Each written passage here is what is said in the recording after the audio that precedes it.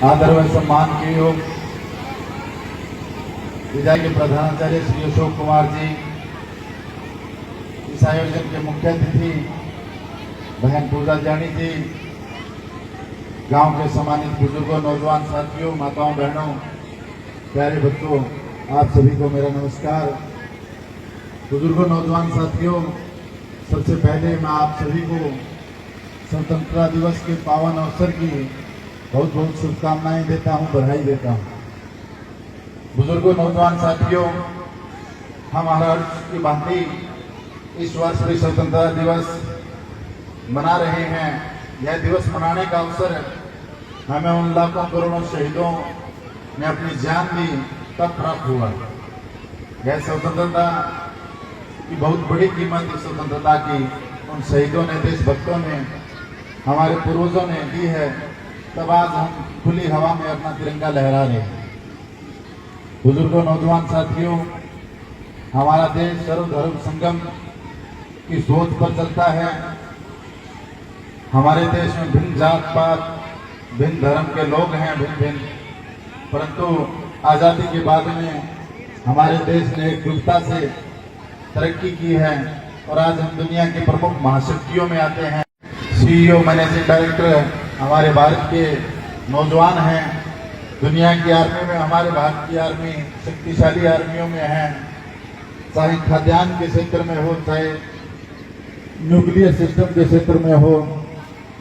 इसलिए बुजुर्गों, नौजवान साथियों, 75 वर्षों में हमारे देश ने बहुत तरक्की की है।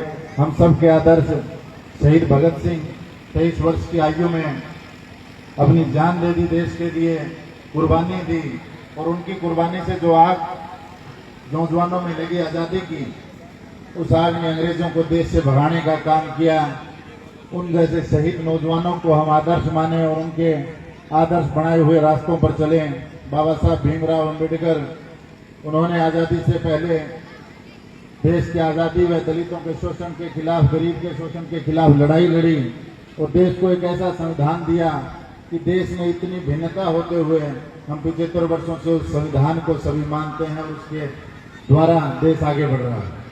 बुजुर्गों, नौजवान साथियों, डॉक्टर एपीजे अब्दुल कलाम हम सब के आदर्श हैं। उन्होंने एक रामेश्वरम में एक छोटे से गांव से उठकर, जो बिल्कुल गरीब घर से आए थे, उस गांव से आकर देश को एक न्यूक्लियर ताकत बनाया, देश के राष्ट्रपति बने और बच्चों से बहुत प्यार करते थे। वो हम सब के आदर्श हैं और सभी बच्चों को, ऐसे महानुभावों को आदर्श मानना चाहिए। वर्गीस कुरियन एक ईसाई व्यक्ति थे जिन्होंने देश में दूध की क्रांति लाई गुजरात में, और उस समय जब देश में बड़ी किल्लत थी, दूध के उत्पादकों को दाम नहीं मिलते थे, उस समय वर्गीस कुरियन ने गुजरात में दूध की क्रांति लाई और वह देश में हर तीसरा रूरल ग्रामीण क्षेत्र का तीसरा रोजगार का सबसे बड़ा माध्यम दुधारू पशु। इसलिए कोई हिंदू हो, चाहे सिख हो, चाहे मुसलमान हो, चाहे ईसाई हो, हर व्यक्ति का इस देश में योगदान रहा है। हम सब सर्वधर्म संगम पर चलते हैं और दुनिया में हमारे देश ने तरक्की की तो हमारे देश में, हरियाणा प्रदेश ने बड़ी मजबूती से देश की तरक्की में योगदान दिया है।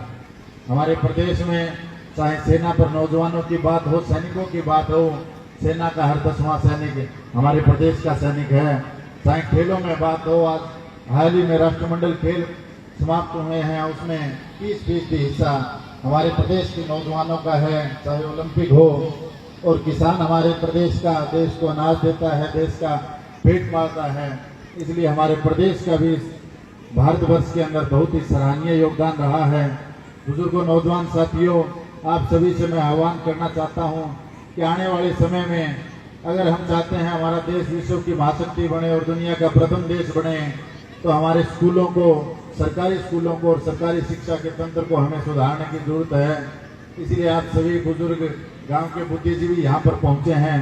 आप सभी से मैं निवेदन करता हूँ कि आप सभी सरकारी स्कूलों को सुधारने की तरफ ध्यान दें, क्योंकि जो ताकत सरकारी स्कूलों से पढ़े हुए बच्चे के जो दिमाग और जो उसमें लगन होती है, वो प्राइवेट स्कूल से हासिल नहीं हो सकती।